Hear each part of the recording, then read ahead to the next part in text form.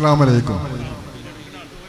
ഞാൻ ഏറ്റവും താഴെയുള്ള കുന്നത്ത് ആയിഷ ബീവിയുടെ മകനാണ്.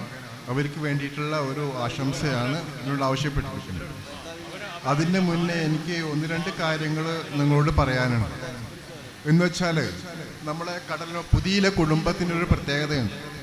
നമ്മളെല്ലാവരും മാപ്പൂട്ടിൽ തറവാട്ടിൻ്റെ പരമ്പരയാണ്. അതേസമയം മാപ്പൂട്ടിൽ തറവാടിന്ന് 2 പേരെയാണ് നമ്മുടെ വലിയ അബൂബക്കർ കല്യാണം കഴിച്ചിരിക്കുന്നത്.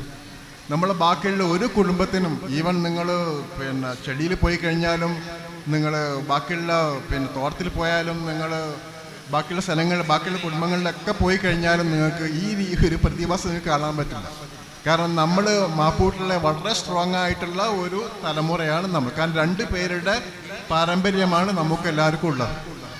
പിന്നെ വേറൊരു കാര്യം നിങ്ങളോട് ഞാൻ പറയാനുള്ളത് വെച്ചിട്ടുണ്ടെങ്കിൽ, ഇപ്പോൾ പലരും എന്നോടും ചോദിക്കാറുണ്ട് നമ്മളെ കുടുംബസമിതി എന്തിനാണ് ഇപ്പം നമ്മൾ വന്ന് ഗെറ്റ് ടുഗദർ ആവുന്നത്, ഇതിന് വേണ്ടിയിട്ട് നമ്മൾ എന്തിനാണ് പണം ചെലവാക്കുന്നത്, ഇതിൻ്റെ ആവശ്യം എന്താണ്, എന്തുകൊണ്ടാണ് എല്ലാവരും മാസം കൂടുമ്പോൾ മീറ്റിംഗ് കൂടുന്നു, ഭക്ഷണം കഴിച്ച് പോകുന്നു എന്നുള്ള രീതിയിൽ കൂടുതലുള്ള ഓരോ അഭിപ്രായങ്ങൾ ഞാൻ കേൾക്കാറുണ്ട്.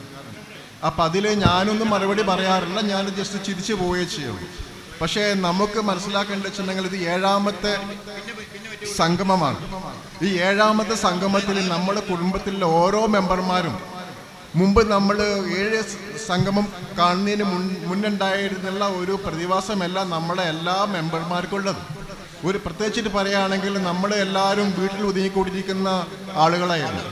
ഇപ്പം നമുക്ക് ഇവിടെ ഓരോ സംഘടനാ മനോഭാവം ഓരോ വ്യക്തികൾക്കും വന്നിട്ടുണ്ട്. ഇപ്പം നമ്മൾ 7 സംഗമം നടത്തി 7 6 സമിതിയാണ് നമ്മൾ ഉണ്ടാക്കിയിരിക്കുന്നത്. ഈ സമിതിയിൽ പങ്കെടുത്തിരിക്കുന്ന എല്ലാവർക്കും ഇപ്പോൾ സംഘടനാ മനോഭാവം വന്നു കഴിഞ്ഞു. എന്താണ് സംഘടന, അതിലെന്തൊക്കെയാണ് പറയേണ്ടത്, എന്തൊക്കെയാണ് ചെയ്യേണ്ടത്, അതിൽ ചെയ്യാനുള്ള കറേജ് എന്താണ്, ഈ കാര്യങ്ങളൊക്കെ ഈ പറയുന്ന ആളുകൾക്കെല്ലാം കിട്ടിക്കഴിഞ്ഞു.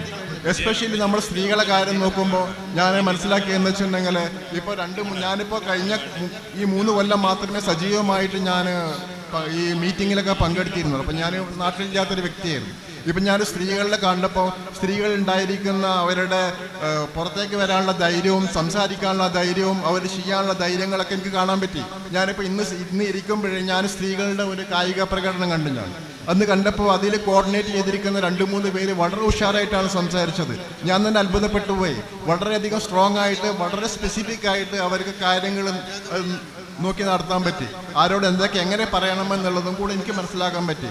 കാരണം ഇതെല്ലാം ഒരു നമ്മളെ കുടുംബസമിതിയുടെ സംഗമത്തിൻ്റെ ഒരു ബെനിഫിറ്റാണ്.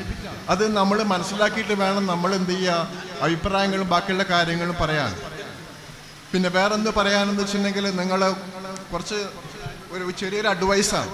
കാരണം നിങ്ങൾക്ക് എല്ലാവർക്കും അറിയാൻ പറ്റും, എൻ്റെ തലമുറയുടെ മുന്നുള്ള തലമുറയുടെ അടുത്ത് കാശുകൾ ഉണ്ടാവില്ല. അവരുടെ അടുത്ത് ഭൂമി ഉണ്ടാവും, തേങ്ങ ഉണ്ടാവും, ബാക്കിയുള്ള കാര്യങ്ങളൊക്കെ ഉണ്ടാവും. അന്ന് അവരുടെ അടുത്ത് ലിക്വിഡ് മണി ഉണ്ടാവില്ല. ആ ലിക്വിഡ് മണി ഇല്ലാത്തത് കൊണ്ട് തന്നെ നമുക്ക് കാശ് കിട്ടാൻ വളരെ ബുദ്ധിമുട്ടാണ്. അവർ കാശ് വാങ്ങിച്ചിരുന്നതെന്ന് വെച്ചിട്ടുണ്ടെങ്കിൽ മറ്റുള്ള അല്ലെങ്കിൽ തേങ്ങാക്കാരുടെ അടുത്ത് ബാക്കിയുള്ള അടുത്ത് കാശ് വാങ്ങിച്ചിട്ടായിരിക്കും അവരെന്ത് ചെയ്യുക, കുടുംബം മാനേജ് ചെയ്തിരിക്കുന്നത്. ഇന്നിപ്പം നമ്മളെ എല്ലാവരുടെ അടുത്തും ആവശ്യത്തിനുള്ള കാശുണ്ട്. അപ്പം നമ്മൾ മക്കൾക്ക് നമ്മൾ കാശ് കൊടുക്കുമ്പോൾ വളരെ ശ്രദ്ധിക്കുക. കാശ് ഉണ്ട് വെച്ചിട്ട് നിങ്ങൾ കൊടുക്കരുത്. നിങ്ങളെ ബുദ്ധിമുട്ടുകൾ മനഃപൂർവ്വം ഉണ്ടെന്ന് പറഞ്ഞുകൊണ്ട് തന്നെ നിങ്ങളെ മക്കൾക്ക് എന്ത് ചെയ്യണം, നിങ്ങൾ ആവശ്യമായ ഫണ്ട് കൊടുക്കുക. അല്ല എന്നുണ്ടെങ്കിൽ അവർ കാശ് കിട്ടിക്കഴിഞ്ഞിട്ടുണ്ടെങ്കിൽ അവർ വേറെ രീതിയിൽ കൂടെ ആ കാശ് അവർ വിനിയോഗിക്കും. ഇപ്പം കാശിൻ്റെ വാല്യൂ അവർക്ക് കാണൂല. കാരണം ഇപ്പോൾ ആരെടുത്ത് എങ്ങനെ വേലും കാശ് കിട്ടും. ഇപ്പം കാശിന് വളരെ ബുദ്ധിമുട്ടില്ല. ഈ ഒരു കാര്യം കൂടെ നമ്മളെല്ലാ രക്ഷിതാക്കളും എന്ത് ചെയ്യണം, മനസ്സിലാക്കണം. ഈ ഒരു കാര്യം പറഞ്ഞുകൊണ്ട് ഞാൻ എല്ലാ ദിനവും ആശംസ നേരുന്നു.